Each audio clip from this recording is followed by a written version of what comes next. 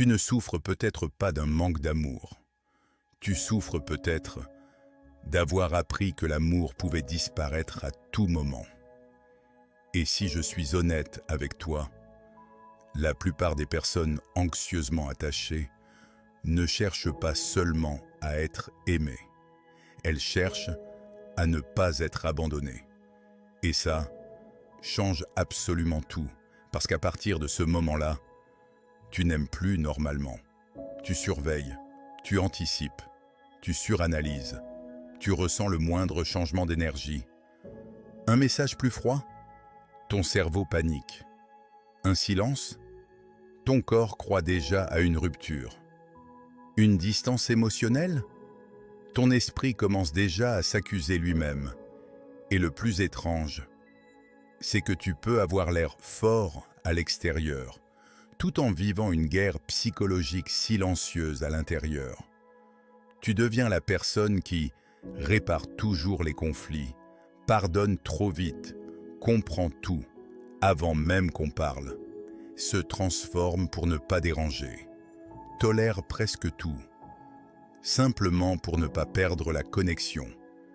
Mais voici la contradiction dangereuse. Plus tu essaies de ne pas être abandonné, plus tu t'abandonnes toi-même. Et le pire, tu crois souvent que c'est de l'amour, alors qu'en réalité, c'est parfois juste de la survie émotionnelle. Tu ne voulais pas toujours être aimé. Tu voulais surtout arrêter d'avoir peur d'être quitté. Certaines personnes ne tombent pas amoureuses. Elles deviennent dépendantes du soulagement émotionnel, du message, du retour, de l'attention, de la validation. Parce que pendant quelques secondes, elles ont enfin l'impression de ne plus être seules dans leur propre tête. Ton système nerveux ne cherche pas à te détruire. Il essaie désespérément d'éviter une douleur qu'il croit encore mortelle. Parce qu'à un moment de ta vie, ton cerveau a compris quelque chose de profondément dangereux. L'amour peut disparaître. La connexion n'est jamais vraiment sûre. Si je ne deviens pas indispensable, on finira par me quitter. Alors ton corps apprend à survivre. Il surveille, il anticipe, il s'accroche, il panique. Pas parce que tu es trop sensible, mais parce qu'une partie de toi croit encore que l'abandon est une question de survie émotionnelle. Et c'est là que le piège devient terrifiant. Tu commences à appeler effort ce qui est simplement du respect de base. Un message cohérent devient exceptionnel. Un minimum de considération devient romantique. Et quelqu'un qui ne te détruit pas émotionnellement commence presque à te sembler parfait. C'est pour ça que certaines personnes restent dans des relations où le bar est littéralement au sol et souffrent quand même. Parce qu'au fond, elles n'ont jamais appris qu'elles avaient le droit d'avoir des besoins émotionnels. Et voilà le détail que presque personne ne comprend. Les personnes anxieusement attachées ne choisissent même pas le calme. Elles choisissent souvent ce qui leur semble familier, même si ça les détruit, même si ça les vide, même si ça les force à mendier des miettes émotionnelles. Pourquoi ?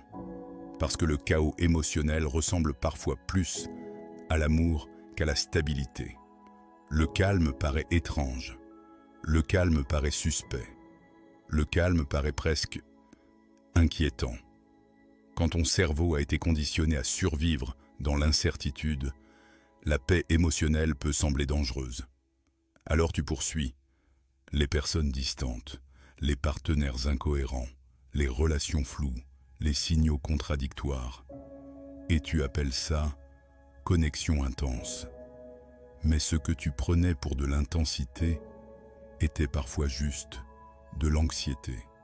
Et parfois, tu ne poursuis même plus réellement la personne. Tu poursuis ce qu'elle représente, la validation, la sécurité, le sentiment d'être enfin assez. Et c'est pour ça que certaines personnes deviennent addictes à des relations qui les détruisent, parce qu'elles ne sont pas attachées ou attachées à l'amour. Elles sont attachées au soulagement temporaire de leur peur d'être abandonnées. Et peut-être que la vérité la plus douloureuse, c'est que certaines personnes ne t'ont jamais demandé de te sacrifier autant pour elles.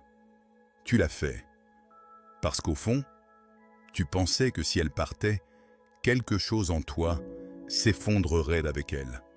Alors un jour, tu regardes la relation et tu réalises quelque chose de brutal. Tu t'es tellement concentré sur le fait d'être choisi que tu as oublié de te demander si toi, tu étais réellement heureux. La guérison commence ici, pas quand tu deviens parfait, pas quand tu deviens moins sensible, pas quand quelqu'un vient enfin te rassurer. Elle commence quand tu arrêtes de croire que l'amour doit être mérité par la souffrance. Quand tu comprends enfin, être aimé ne devrait pas te coûter ta paix mentale, ta dignité, ta voix ou ton identité.